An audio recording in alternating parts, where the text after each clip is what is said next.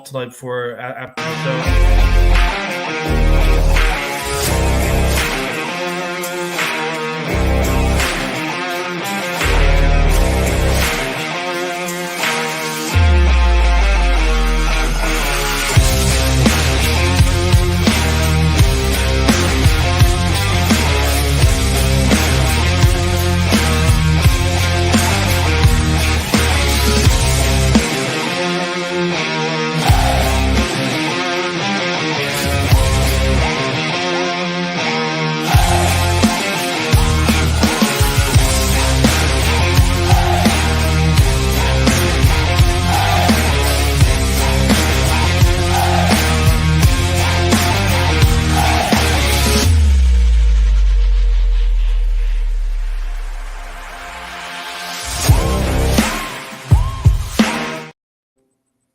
Hey, what's up, everybody? It's Tuesday at 8 o'clock, and you know what time that is? It's time for a little bit of extra innings. Got a lot to discuss today.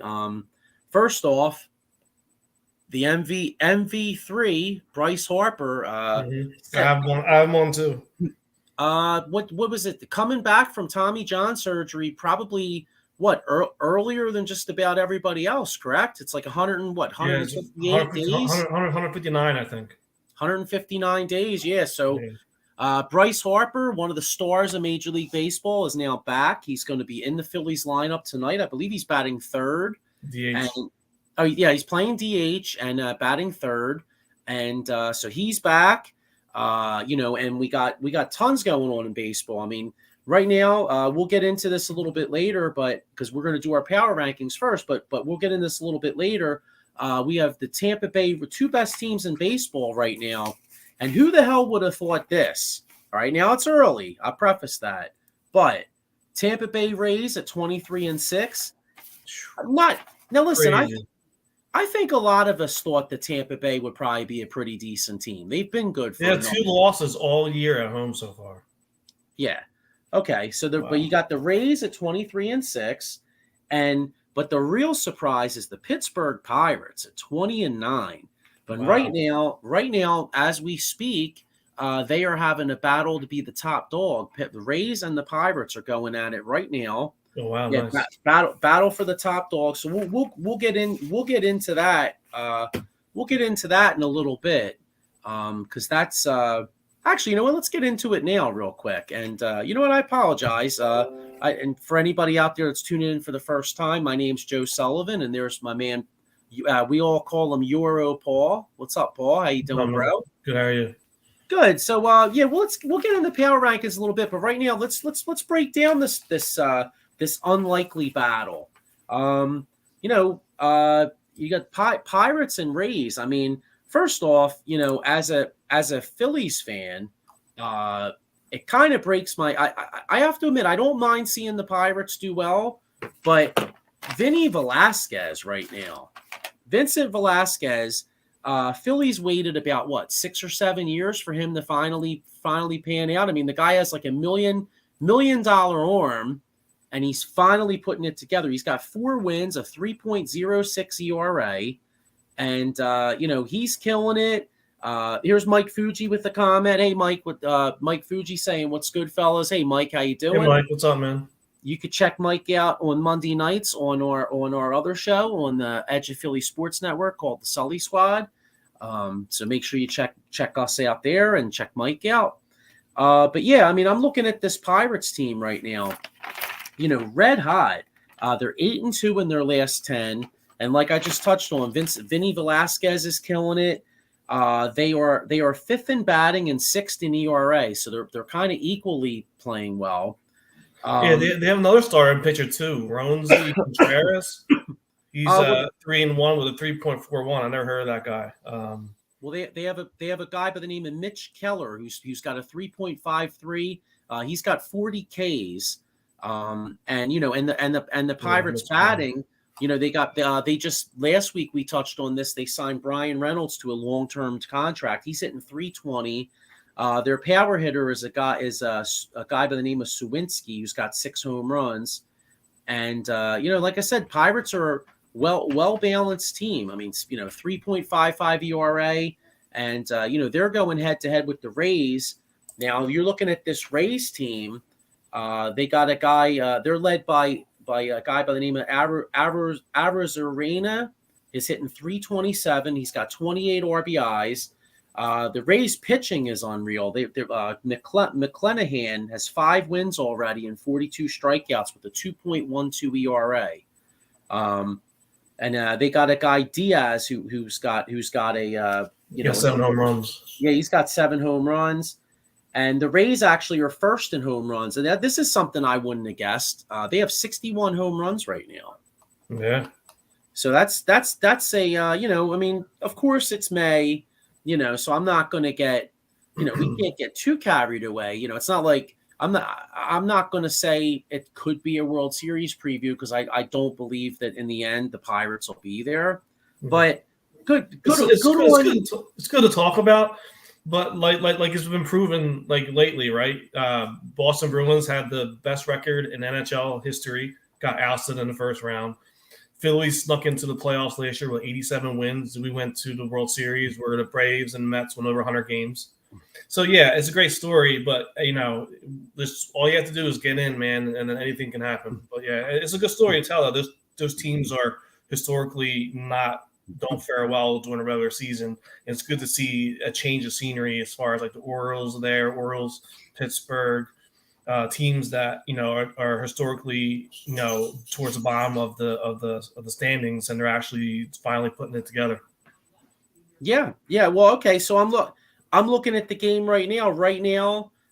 It's the top of the 5th. Tampa's winning 1-0, and that kid Contreras that you recognize, he's pitched 4 innings. He's 4 innings so far. He's given up 3 hits, 1 run, 3 Ks. Tampa. Oh, this is weird. Tampa must have gone with a bullpen game because Tampa has a guy, Jay Fleming started. He pitched 3 1/3 innings, but then they've already gone to the bullpen. So Tampa's already, well, that's one thing. I feel like Tampa does have a good starting rotation, but it wasn't Tampa one of the teams that started the bullpen games, weren't they? About 5, but I want to say about about 6-7 years ago. I feel like Tampa kind of started the bullpen game. Yeah, I think so. Well, and like we touched on, it's quite impressive to see 2 small market teams out there with the 2 best records in baseball, and that's something you don't see every day in Major League Baseball. I mean, usually you see teams like the Yankees and then the Red Sox and Dodgers. Well, although the Dodgers are playing well, so it's good to see these small market teams. And I guess we'll see what happens the next 3 days, right? Because it looks like they got a best of 3, Pittsburgh at Tampa. So actually, Pirates just tied it. Okay, so it's 1-1 now in the 5th. All right, so we touched on the 2 top dogs. How about if we get into the power rankings in general here? Okay. Some little bit of changes from last week. Last week, I mean, I'll go over them in order, but just looking at the NL West, this is the first time in the Dodgers have overtaken the Diamondbacks. The Dodgers are kind of red hot right now. They're 7-3 in the last 10. I know we could get into this guy more when we talk about the prospects, but you wanted to bring up a guy by the name of, what's his name? Outman? James Outman of the Dodgers. Yeah, we want to talk about him now, or we want to go through the rankings first? Yeah, no, go ahead. I just wanted to touch on him real quick because he's one of the main reasons why they're 7-3, right, in the last 10. I mean, He made the roster in spring training as a rookie, and he broke the Dodgers rookie record for most home runs in the first month of the season. He has 7 bombs already, and he's definitely off to a great start in his MLB career. As of Monday, he lead all qualified rookies in triples, 3 home runs and extra base hits, 14, 7 home runs, total bases 59, slugging percentage, and on base. So he's leading all rookies right now in batting. Yeah, and you know what? I'll tell you what. I was thinking about getting into this a little later, but while we're talking Dodgers, I mean, I'm looking at some of these leaders here, right? And got to admit, based off of the last couple years, I kind of thought this guy was slowing down a little bit, but I'm looking right here. Clayton Kershaw in Major League winners, tied for Major League lead and with 5 wins. He's got, where did I see? Oh, never mind. Okay, yeah, I was going to say he's got 5 wins, and once again cementing himself as one of the top left-handed starters in baseball, let alone one of the top starters in baseball, in particular left-handed starters. So I know, Paul, you had mentioned this earlier to me on the show.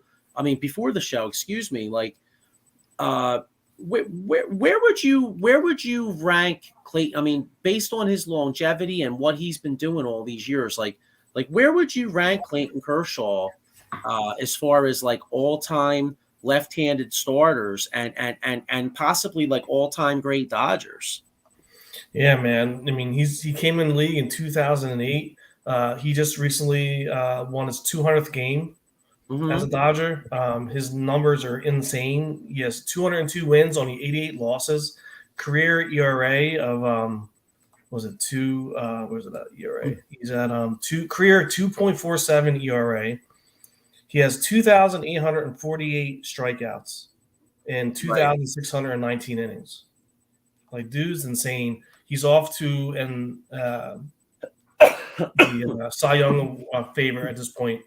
He's just awesome. Like, his numbers are incredible. I didn't realize he was like 200 and only 88 losses in his career. He had a couple injuries last year, stints on the DL. But yeah, man, he's definitely bona fide Hall of Famer. Don't you agree? Yeah, and actually, so now I know definitely a future Hall of Famer. And I know we were talking about left-handed pitching, but I'm kind of wondering where he would compare with, like, as far as Dodgers pitchers with like an Oral Hershiser. Like, remember, I know Oral was a right-handed pitcher, but you remember how good Hershiser was back for them, especially the '88 series. I mean, I know. I know we have some Mets fans that watch, and I know bringing up some bad memories to Mets fans because Oral Hershiser killed them in the NLCS that year. But I'm looking at Clayton Kershaw this year. Every single time, first off, he's got a 1.89 ERA. Yeah. He's only given up 24 hits in 38 innings, and every single start, he's pitched at least 6 innings. He's pitched at least 6 innings every start. And the only game he actually gave up more hits than his innings pitched was April 7th at Arizona. Was really his only kind of mediocre start, I want to say. Although he gave up 7 hits, 4 earned runs in that particular start. But I mean, other than that, this guy's killing it. And yeah, like you said, I mean, 202, 88, and the one bugaboo on Kershaw, I want to say like years back, was that if you remember, he kind of struggled a little bit in the postseason back, I want to say like 2014, 2015. I mean, Kershaw was winning Cy. I remember around that time, Kershaw was winning Cy Youngs, and Mad Bum Madison Bumgarner, he was kind of pulling like the Kurt Schilling and basically being the the postseason guy. You know what I mean? Yeah. Well, I think he's above Oral Hershiser. I mean, his ERA is much slower and way more strikeouts, and he has 88 losses, whereas Hershiser, I believe, has over 100 at this point. So, I think he's even higher than Oral Hershiser at this point, and he's still going. Well, and what's funny? I wonder. I wonder where now. If there's any Dodgers fans out there, Oh, we got a comment. Dave Yarno, he says, "Hey, fellas, how's everyone doing tonight? Thanks for checking us out, Dave." And Dave, you know what? You don't necessarily have to be a Dodger to answer this question. Now, I'm looking here. Sandy Koufax, as far as we're talking about great Dodger lefties, right? Now, Koufax was unbelievable, but he didn't pitch all that long. Kershaw has more career wins than Koufax. Koufax's win-loss record was 165 and 87, and he has a 2.76 ERA.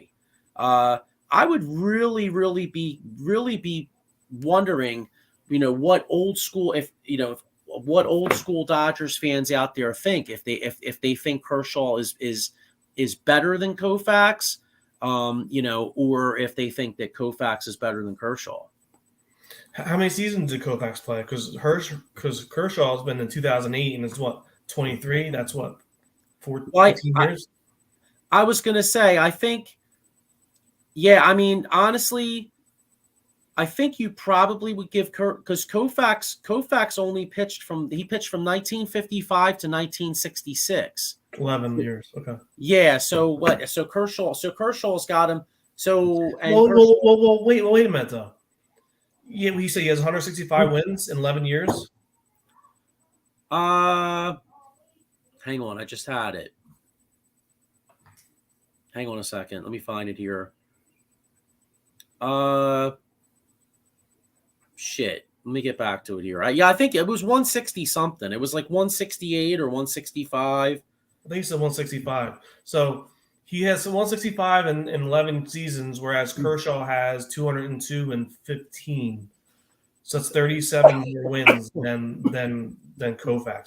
So if Koufax pitched longer, similar to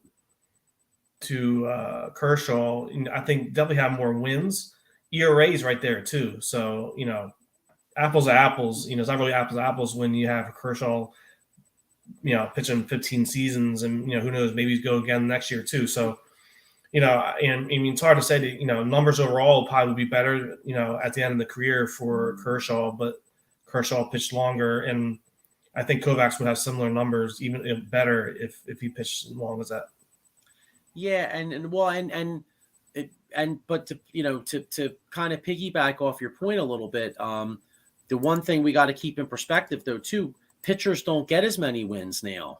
Yeah. So that's a feather in Kershaw's cap. You know what I mean? Because with the specialization of the game, and also the last what would you say the last like 2 or 3 years Kershaw kind of developed a back issue. So I mean, like the last few years, I mean, Kershaw really hasn't been as effective as he used to be. In fact, I think he took a major. I don't think he's making what he used to make here.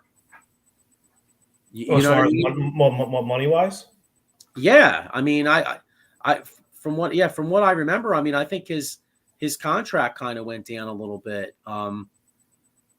Yeah, well, you know what though? All right, so I'm looking here.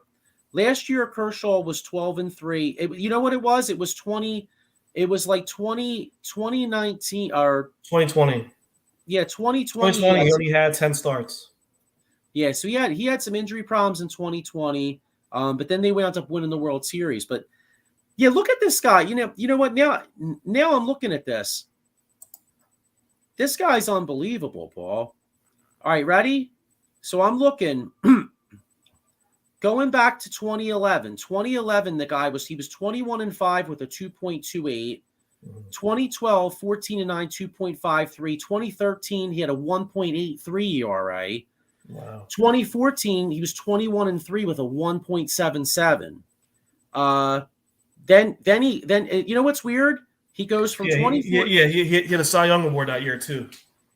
Yeah, I mean, his worst ERA was 2021 when he had a 3.55. But other than that, he's been in the twos. That's absolutely amazing. I mean, Kershaw is a first ballot Hall of Famer, in my opinion. Oh, yeah, definitely, man. I wish he was on the Phillies. But we lucked out because we're not facing him this series. I remember what's his face? I remember Kershaw in the 2009 when he was just starting out, and I think it was like Ibanez or somebody took him deep in one of the in a big spot in game one.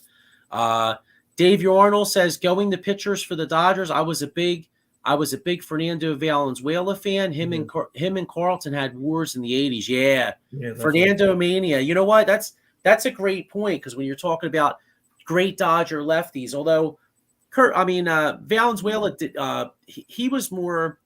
He wasn't a flash in the pan because he was a good pitcher for a while, but he wasn't. He didn't have the longevity that Kershaw had. But yeah, Valenzuela was a great pitcher. Yeah. And Fernando Mania packed Dodger Stadium. I mean, in the 80s, it was like an event to go to a Dodgers game out there. Yeah. Yeah, that's one city I'd like to visit too. I've never been out there yet. Yeah, so, but yeah, I mean, Clayton Kershaw, obviously one of the game's all-time greats. He's having a great year, and Dodgers are basically becoming the Dodgers again. They got off to kind of a lukewarm start, but 7-3 in the last 10. So we'll get into the prospect rankings, but before that, let me give a shout out to one of our sponsors here. Anybody out there want to have some really good coffee? We got Monkey Colt Coffee Company, the evolution of flavor infused coffee. They produce artisanal gourmet special flavored coffee, including bourbon flavored coffee and other unique flavors. Our mascot Roderick has a line of cool logo wear that you can wear and also enjoy when you join the Colt. Use the promo code OOTB Sports at monkeycoltcoffee.com at the checkout. So make sure you check them out. They got some great stuff there. I'm not a coffee drinker. I got to keep it real, but I know Paul Spencer is, and I know a few. I know you are, Paul. I know you are, but I have a problem with caffeine. I think I told you before, my brother was laughing at me. I tried a Dunkin' Donuts coffee the one day, and my heart was just like, you know what I mean? Yeah. My heart was pounding more than like when I was watching Mitch Williams try to close out games in the 90s, you know? So yeah, well, yeah, he gave us a heart attack with Joe Carter. Yeah. Well, I'm trying to think of what was worse, watching Mitch Williams close out games or at times Jose Mesa, you know? Remember Jose? Yeah. Well, it's funny though. Jose Mesa was the Phillies all-time save leader up until you know who the all-time save leader is, and it's funny because nobody liked him in Philadelphia, but it's actually Papelbon. Yeah. Ain't that crazy? Yeah. He was good. He was good for the Phils. It's just the team sucked. Dude he was a head case, man. Dude was nuts. Yeah, but he was good. It's just the team was terrible. I remember when he did bad one game. And the crowd was booing him, man. He grabbed his junk to the team. I remember that. Yeah. Dave Yarnell getting back to the Dodgers. Nomo was good for the Dodgers too. Yeah, I remember. Man, I remember that. You do. He had that distinct delivery. Remember? He did. I remember. I think it was like 95. It was either 95 or 96. I can't remember exactly the year, but the Phillies were like mediocre. 95, the Phillies started off good, and then they sucked towards the end of the year. Or 96, they totally sucked. But anyway, Hideki Nomo was killing it. And I remember the Phillies, like at Vet Stadium, like they freaking got to his ass. Like I think Greg Jeffries hit for the cycle or whatever one particular game, Yeah. But no, I mean in general, Nomo was great. But I just remember this one particular game where the Phillies just like boat raced them. You know what I'm saying? So it'll be interesting to see how those greats would do in today's new rules. How they would fare. Especially Nomo, actually. Now that you touched on it. Like with that long ass windup, I mean, Christ, it would almost be like Giannis shooting free throws. How Giannis shoots foul shots and people are counting. Can you imagine Nomo like doing all this bullshit when he's trying to throw? You know what I'm saying? Yeah. That would be kind of crazy. People would be like 1, 2, 3. You know what I mean? Yeah. He'll probably go all the way down to the 1 second every time. I know, right? So, all right, let's get into some power rankings here. All right, so if we go by division, and then I have a question for you too, as we go down these divisions. Um, AL East. Now we touched on the Rays. The Rays have the best record in baseball. They are 23-6, and they're playing the Pirates, who are 20-9. Well, I'll tell you another team that's out there absolutely killing it in Major League Baseball right now, and that is the Baltimore Orioles. Yeah. Baltimore, red hot Baltimore Orioles. But Baltimore Orioles are 19-9. They are 8-2 in their last 10. I mean, they are absolutely crushing the ball, playing great baseball.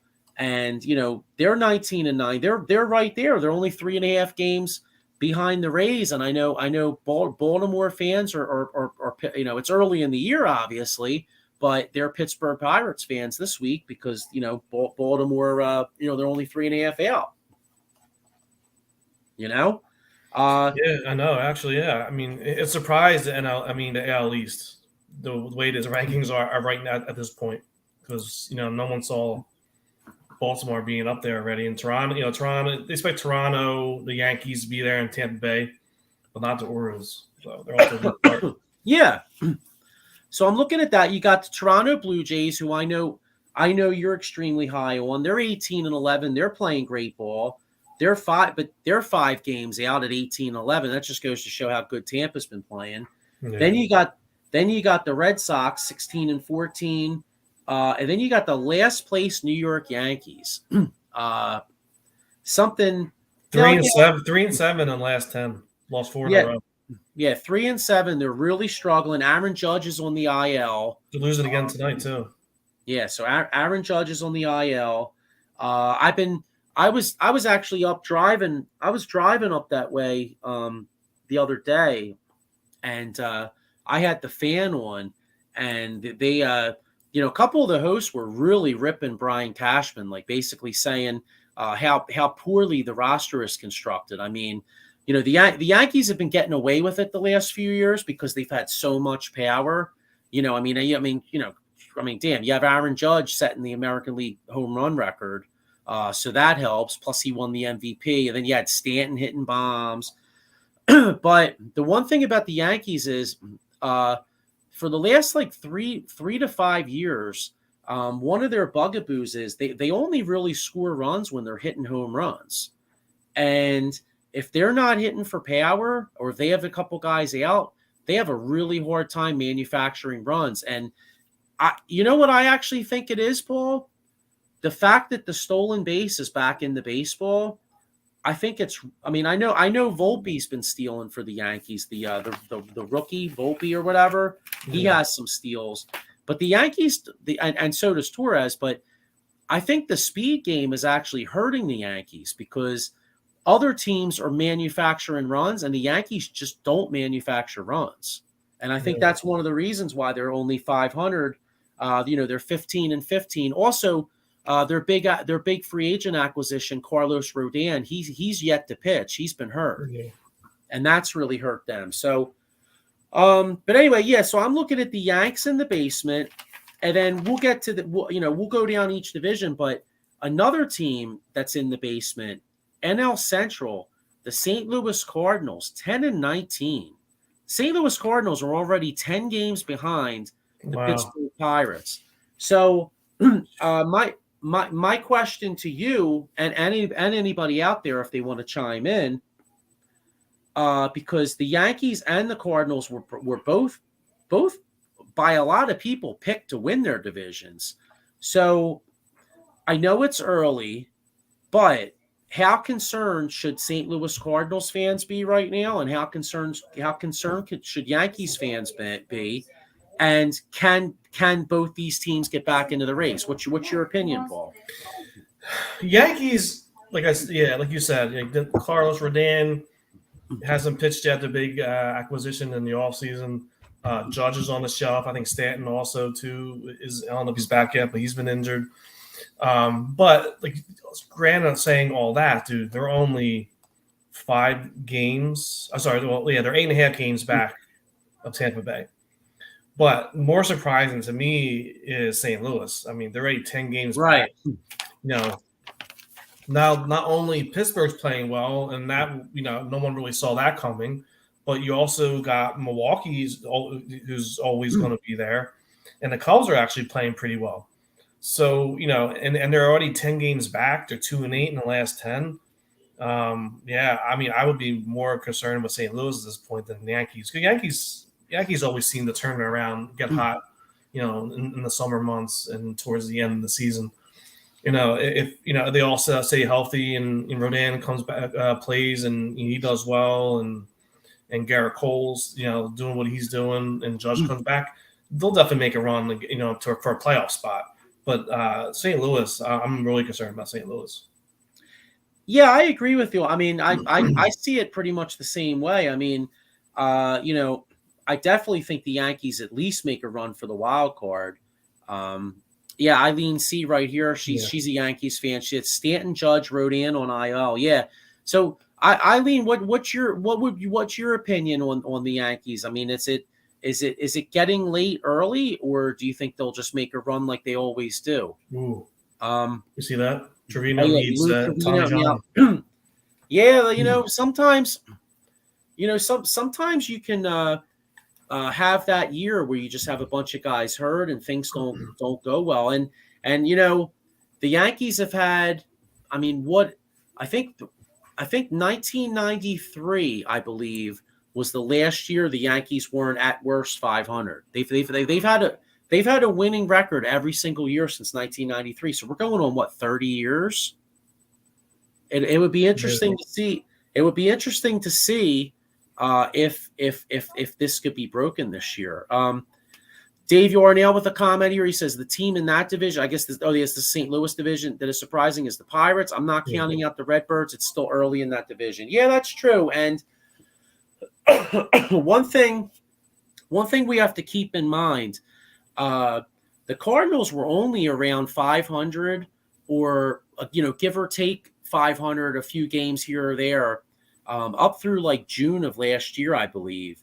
And the Cardinals actually, if it wasn't the best record in baseball, it was like top 2 or 3 best records in baseball the last 2.5 months of the season. So, I understand that, but they're already 10 games out. You're going to have to rely on Pittsburgh, hitting the wall and come back down to earth. And then also the Brewers, who you were high on when the season started. But you're already double digits back in the division already after the first month and a half, whatever. That's really is a lot to come back from. I mean, not saying it's impossible, but you got to count on a lot of things, not just you winning games. You have to count on Pittsburgh, falling off the cliff, and then Milwaukee. So, no, I agree. And double digit back in the standings is really huge. No, I agree with you. I'm just pointing out that it's still early in the. Obviously it's still early. Right. The Cardinals do have a lot of talent, and but you touched on. I mean, like I said, Pittsburgh's first, but I am very high on the Brewers. I still think when push comes to shove, I think the Brewers are the class of that division. Yeah. All right, so kind of got detoured a little bit. So let's go to the AL Central. The AL Central, we have Minnesota Twins are playing some good ball. They're 17-12. They're 3 games up on the Guardians. The Guardians are 14-15. And the rest of that division blows. Trash. Yeah, that division's trash. I'll tell you, you're looking at that. It's kind of a shame, actually, if you think about it. Like, you got the AL East. The worst team right now is the Yankees, who are 500, and the AL Central is just all trash, except for the Twins and the Guardians are decent. Yeah. So, if you're a Yankees fan, you're kind of like, damn, I kind of wish we were in the Central. We'd only be 3 games out. Yeah. AL West, you still got the Rangers going strong. They're 17-11, although they're only 5-5 in their last 10. Houston's, although our Phillies took 2 or 3 in Houston this past weekend, but the Astros in general are playing very well. They're 7-3 in their last 10. They're 16-13. They're only a game and a half out. So, but Texas, DeGrom's on the IL again. Yeah. Well, that is same. What did I say about Joel Embiid last night on our show? Same old story. Wait, no. same old story, same old song and dance. You know, it's Yeah. like it's like three things that are guaranteed: death, taxes, and Jacob deGrom getting hurt. Yeah, I mean seriously, it's just and Embiid and Embiid. yeah. Yeah. Although any basketball fans out there, I'm sure you've probably seen this, but Joel Embiid was named the regular season MVP tonight, and props to him, and I'm happy for him on that. But it'd be nice to see we got bigger things to win. it would be nice to see him doing in the playoffs just for once. They ought to start calling. They'll start calling Joel Embiid street clothes, and they'll start calling Jacob deGrom street clothes, pretty much. Yeah, I mean, it just sucks. I mean, they're both of them are most talent, like one of the best players in their game, pitching and in NBA for Embiid, but it just sucks that they have that injury bug, man. Yeah.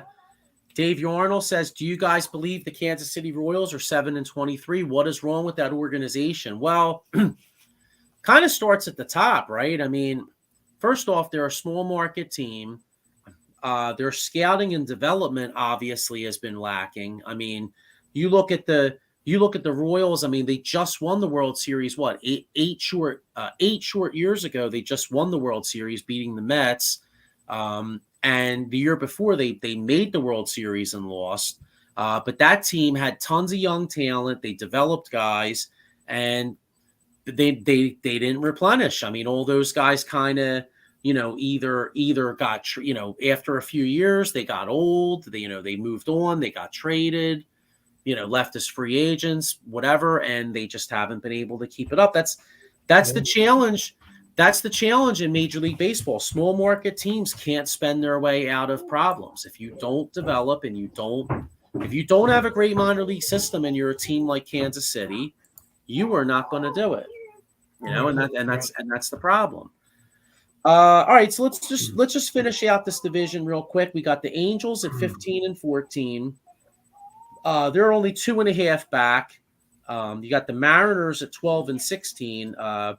Still early, but they're 5 back. I was really high on the Mariners coming into this season, but they're struggling a little bit. Yeah, so was Rodriguez too. Yeah, that surprises me because I really thought that kid was going to take the next jump. But again, I mean, it's May 2nd, bro. You know what I'm saying? We're saying he's struggling now. By the time the year ends and hitting season comes, he may wind up with like 35 bombs and hitting 280. You know what I'm saying? Yeah. You got the Athletics at 6-23. They are absolutely atrocious. They're the worst team in the league right now. 10. And so that's the American League. We'll get to the National League in a second, but I want to give a shout out to another one of our sponsors here. So this is our own Ken Fry. This is very near and dear to his heart here. Original James were formed late in the summer of 2019. The home base is out of Cressona, Pennsylvania. They're looking for donations and sponsors for help to cover travel and equipment for the upcoming year. Any donations will be greatly accepted, as well as mentioned on Out of the Box Sports Network as a sponsor. You may reach out to Ken Fry directly or Paul Spencer at Out of the Box Sports to donate. Thank you for thank you. And the girls and organization greatly thank you in advance. So thank you for your kindness, and the girls and the organization thank you in advance. So yeah. So anyway, if you have a few bucks and you want to donate to a good cause, check that out. So, all right. So we did the American League, and let's get to the National League here. We got the Atlanta Braves still setting. Oh, the Rays are up 3-1. Okay. Rays up 3-1 against the Pirates. So, National League East, you got the Braves at 19-10. They're only 5-5 in their last 10. So they got off to a great start. Right now, they're playing 500. You got Kuna's day to day too. I heard you got hit in the pitch, I think. Yeah, you got the Mets at 16-13. They're 4-6 in their last 10. They're 3 games back. The Marlins are 16-13. They're 6-4 in their last 10. Marlins are playing some good ball. Yeah, they are led by a guy. What's the guy that's hitting Luis Arias, 440. Arias. Yeah, that's unreal. 440. Arias. I mean, he's absolutely killing it. I mean, 440, and even though it's still May, just to be hitting 440 on May 2nd is incredible. I mean, I can't even remember the last time a guy was hitting 400 this time of year. Yeah. Yeah. So, and then you got the Phillies 15-15. Phillies are 7-3 in their last 10 though. So they've kind of, after a slow start, they've kind of turned it around. Although the last two games, they lost the last game in Houston on Sunday night, and they got demolished by the Red Hot Dodgers 15-3 last night. Yeah. You got the Nationals, who are pretty terrible. They're 10-18, 5-5 in their last 10. So that rounds out the East. We already touched on the Central a little bit. You got the Pirates at 20-9, first place. They're 8-2 in their last 10. You got the Brewers at 18-10. They're 5-5 in their last 10. You got the Cubs 15-13. They're 4-6 in their last 10. You got the Reds 12-17. They suck. They're 5-5. And then, of course, we touched on the Cardinals 10-19. Yeah, they're 2-8 in the last 10 of them. Yeah, Ken Fry right here, he says, last year's American League batting champ, Ariz. Yeah, he's hell of a hitter, man. I mean, and like you said, doesn't hit for any power, but hitting-wise, I mean, Gets just on hitting base. 400. Yeah. Yeah, so now we get to the NL West. The last few weeks previous to this, we had the Diamondbacks in first place. The Dodgers have overtaken them, but only by a half game. You got the Dodgers at 17-13. They are 7-3 in their last 10. You got the Diamondbacks 16-13. They're 5-5. You got the Padres 16-14. Padres are only a game out, and they're playing well. They're 7-3 in their last 10. I mean, I think it was only a matter of time before the Dodgers and the Padres started playing really good ball. I mean, they're both extremely talented teams, Yeah, now that the Padres got Tatis back too now, so they have a full lineup right now. Yeah, did you see? This was funny as hell. Did you see how there were fans chanting like "You're on steroids" and Tatis was sitting there like dancing to it? Oh, it was so funny. I didn't see that. No. Yeah, it was funny. You got the home crowd or away team?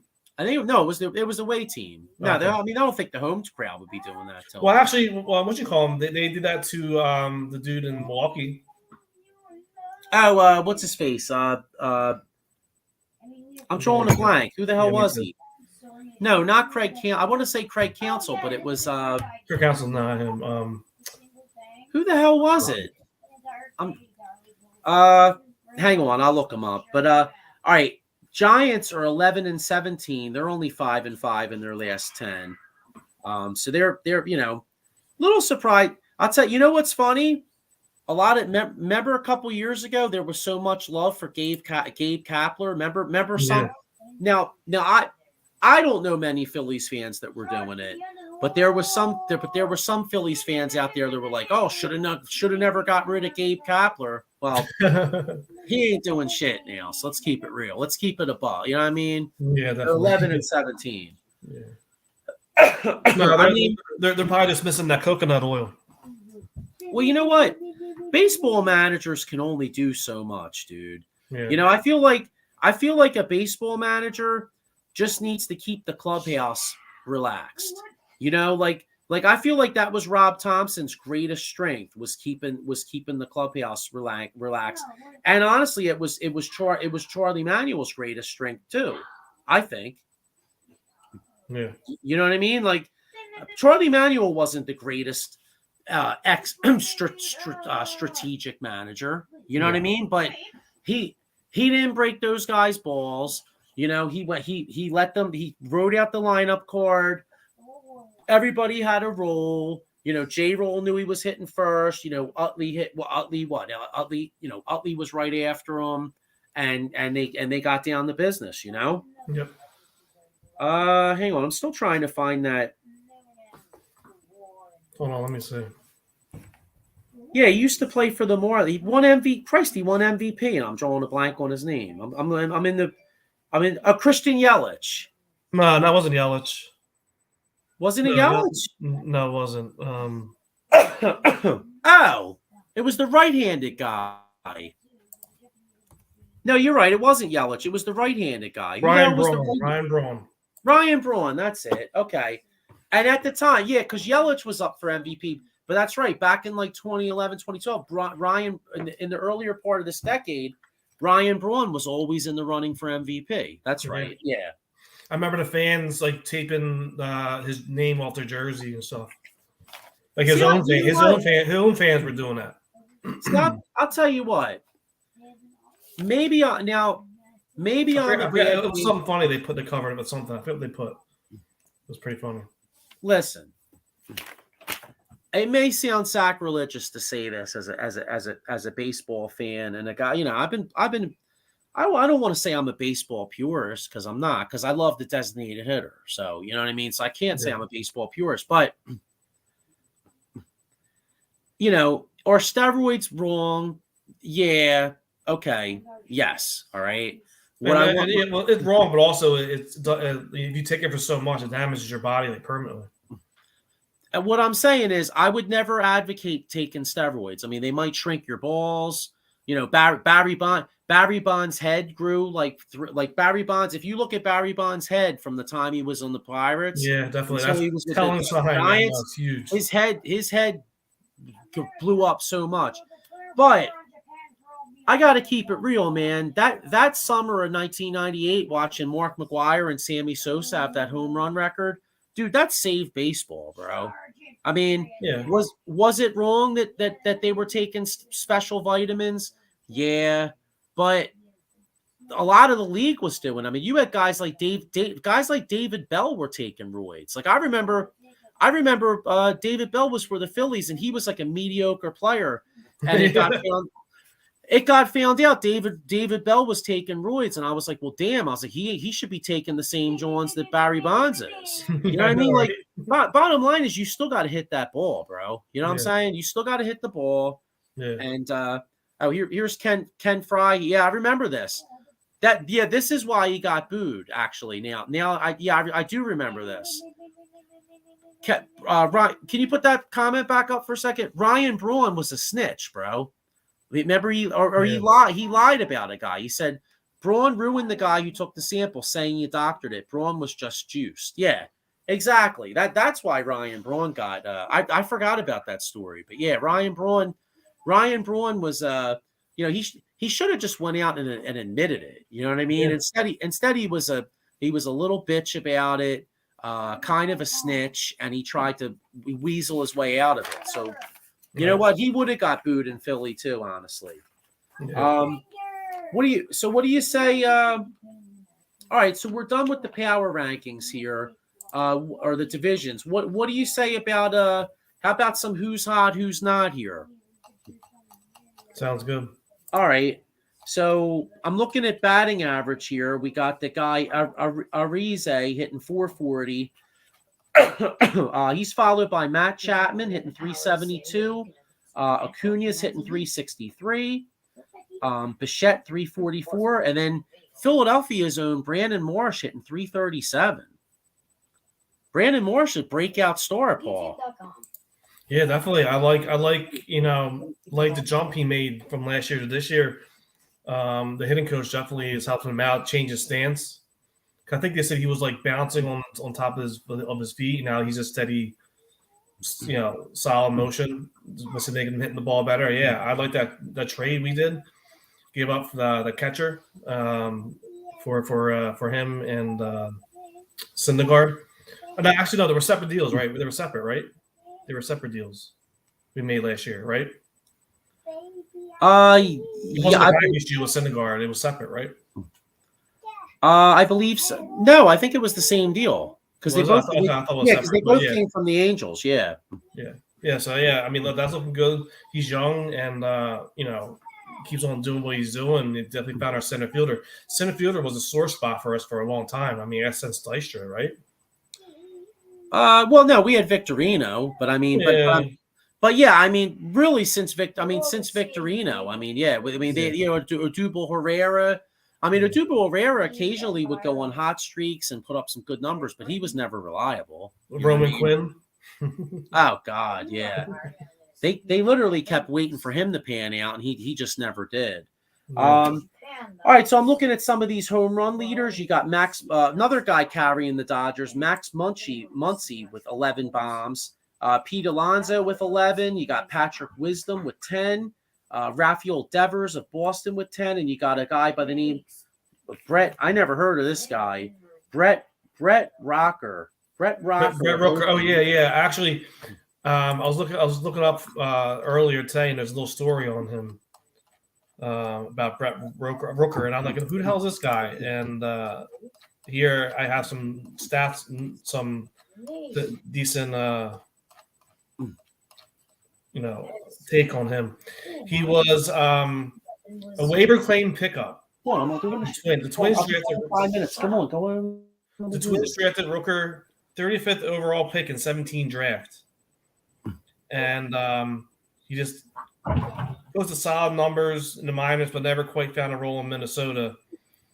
He was traded to San Diego last April in a Taylor Rogers for Chris Paddock deal before being dealt to Kansas City in August. So this guy's been all over the place, and he's doing pretty well for the A's. They're having they're a terrible team, but at least some bright spot there with him. He's hitting .315 with 6 home runs. Yeah, good for him. Yeah, you know what? He'll by the trade deadline. He'll probably be on another roster. I know, right? Yeah. All those decent players. Yeah. So he was acquired via a simple waiver claim last November. Okay, so we got runs batted in leaders. We got Adolis Garcia, Texas, with 30. Randy Arozarena of Tampa Bay with 28. Pete Alonso, 28. Devers of Boston, 27. And Yordan Alvarez of Houston with 27. Getting into some pitching. The one bright spot on the Yankees this year, Garrett Cole, five wins. He's also got a 1.11 ERA. Clayton Kershaw with 5 wins, a 1.89 ERA. Shane McClanahan of Tampa, he's got 5 wins. You got Joe Ryan of Minnesota, 5 wins, and you got Zach Gallen of Arizona with 4 wins. Another pitching leader, you got Justin Steele of Chicago Cubs. He's got a 1.49. How about Sonny Gray with a 0.77 ERA? That's pretty good for him. Yeah, definitely. Shohei Ohtani with a 1.85. He's unbelievable, Shohei Ohtani. He's actually 4-0 with a 1.85. Pitching-wise, 34 innings, 46 strikeouts in 34 innings. That's unreal, man. And then he's hitting 297 with 7 homers, 18 RBI. So the modern day Babe Ruth is just killing it. Saves leaders. You got Emmanuel. What's that say? Emmanuel Clace, Chicago, Cleveland with 10. Josh Hader with San Diego with 10. Jordan Romano with Toronto with 9. Bedore of Pittsburgh with 9, and you got Bautista of Baltimore with 7. So there are some of the league leaders here. Another player that's actually off to a great start this year is our reliever Alvarado. He's been unhittable. He's like 0.73 ERA. Yeah. So. All right, well, let's get into let's close out the show with some prospects. But before we do, we got one more sponsor to get to. Anybody out there with some legal issues, call attorney Big Al, Jason Fine, a.k.a. attorney Big Al, at 1-800-HURT-123. Motor vehicle accidents, slip and fall, workers' comp, personal injury claims. He's got 3 different offices, one in Philadelphia, PA, one in Cherry Hill, and the one in Pittsburgh. You could call Jason directly 24/7 at 267-962-4895, or you could call Paul Spencer at 267-303-7324 for a free consultation. So, yeah, it's one of those things. If you do need do have legal issues, call Jason Fine, but hopefully it's one of those things where you hope you don't have to, right? Right. So, all right, let's get into some of these top prospects here, because we usually do a prospect report. I have a few here, Paul. We'll get to yours in a second here. I got a brand new one. Guy by the name of Brett Beatty of the Mets. He's hitting .333. He's got 2 home runs. So he's doing really well. And Joey, hang on, buddy. I got a guy by the name of Brett Beatty. He's hitting, like I said, .333. You got that guy Outman. He's hitting .283 with 7 homers, 20 RBIs. Yeah. So, who were some of the prospects that you're looking at, good and bad? Corbin Carroll. He's doing decent. He's still bad. He's averaged .309, 4 home runs, 9 RBIs. He has 10 stolen bases. So he's doing pretty decently. And then let's see who else. You mentioned Brett Beatty. What about Josh Young? Josh Young. Okay. Texas Rangers. Has 6 home runs, 21 RBIs, batting .267. Yeah, so I got he did damage against us too, and when we play them. Yeah, and your guy Walker from St. Louis. I know St. Louis is struggling, but he's still playing pretty well. He's hitting .274 with 2 homers, 11 RBIs. Grayson Rodriguez of Baltimore, not the greatest in numbers, but he's really showing a lot of potential. He's 1-0, 4.07. He's got 24.1 innings pitched, 34 Ks. So he's pitching. He's doing pretty well. Yeah, like I said, Masataka Yoshida, 29-year-old rookie, batting .290 for the Red Sox, 5 home runs, 18 RBIs. Yeah, then I got a couple that are still struggling a little bit.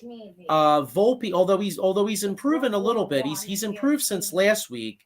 Volpe right now is hitting .219. He's got 2 homers, 8 RBIs. He does have 8 stolen bases. And then Gunnar Henderson's numbers are still pretty bad. He's only hitting .189. He's got 2 homers, 4 RBIs. But from what I was reading some stuff about him, and from what I understand, he's seeing more pitches. He's starting to walk. So a lot of from what I read, a lot of people are still very high on him, and they think that because he's seeing more pitches and because he's walking, that his numbers are going to start to come up a little bit. Yeah, I saw that too. Plus, and then Kodai Senga, I think came back down to earth a little bit. He's still 3-1, but his ERA went up to 4.15. But he is 3-1, and he has 32 strikeouts and 26 innings pitched. Yeah, and then one more prospects that's kind of struggling a little bit. Francisco Alvarez of the Mets. He's only hitting .225. He's got 1 bomb, 4 RBIs. So he's struggling a little bit. So prospects are kind of hit or miss. I mean, some guys are going to do extremely well. Some guys are going to start off a little slower. But if the talent's there, eventually the cream will rise to the crop. You know what I mean? Definitely. So, but and one last thing before we get out of here. Hey, like we touched on before, just in general, great time of year for sports, obviously. I mean, wait. Sorry. One more thing I want to mention, I forgot too. I saw a stat yesterday. First month of baseball, 459 steals first month.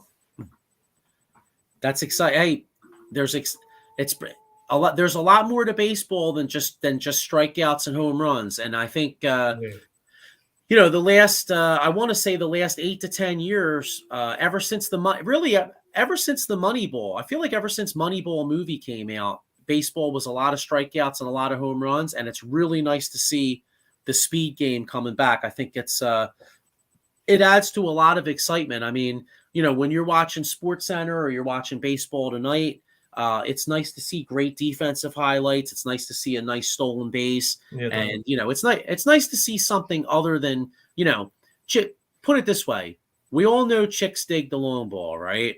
But it's nice to see stolen bases too. Sometimes it's nice to see a steal and a stolen base and manufactured runs. That's going to win you a lot of ball games. You know what I'm saying, Paul? Definitely. So, you got any other thoughts before we get out of here? I mean, any other big games this week or anything? I'm just looking forward to see how Bryce Harper does now. After come back so quickly from Tommy the surgery. DHing tonight. Definitely going to have that game on at 10 o'clock against the Dodgers. It's going to be interesting to see, how if he's going to be rusty and what he does for this lineup. So I'm definitely interested in seeing that this week. Yeah, and I think Bryce Harper is like kind of like Wolverine with his healing ability. I called him last night on our show. I called him. I said Embiid was like Samuel L. Jackson from Unbreakable, and Bryce Harper's like Bruce Willis. You just got to keep him away from the water. You know what I'm saying? Yeah, exactly. Thanks, Dave. Dave Yarno out there. Dave. Great show, fellas. Love talking baseball. Yeah, so do we. That's why I really enjoy this show, and and especially. Oh, here we go, Dave Yarno. Sorry, guys. I know it didn't work out for Girardi with the Phils. I was a fan. Yeah, well. Yeah, no, I was excited when we signed him too, but it didn't work out. What's funny? Oh, wow. Let me check this out. Ken Fry, the Orioles center fielder Brady something hit 3 home runs 1 year. Brady Anderson. Brady Anderson. What was the other guy that fell from grace from them, man? Davis?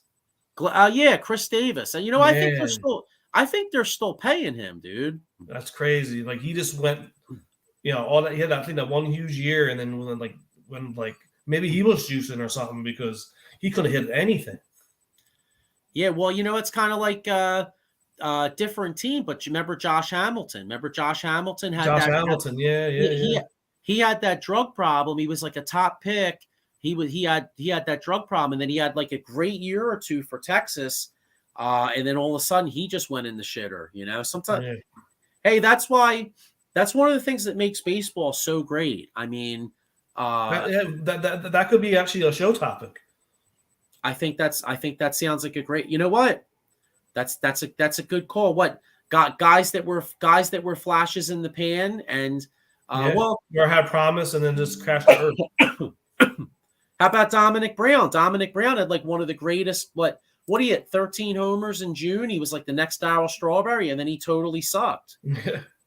Yeah. So all right. Well, we'll get into all that stuff in the future. But we're going to get ready to get out of here. Hopefully everybody enjoys all the games. Anybody out there that plays fantasy, I hope all your guys do well. And we'll be back in a week to wrap up the week that was. So have a great one, everybody. Paul, I'll wrap to you later. And see you guys. See you later.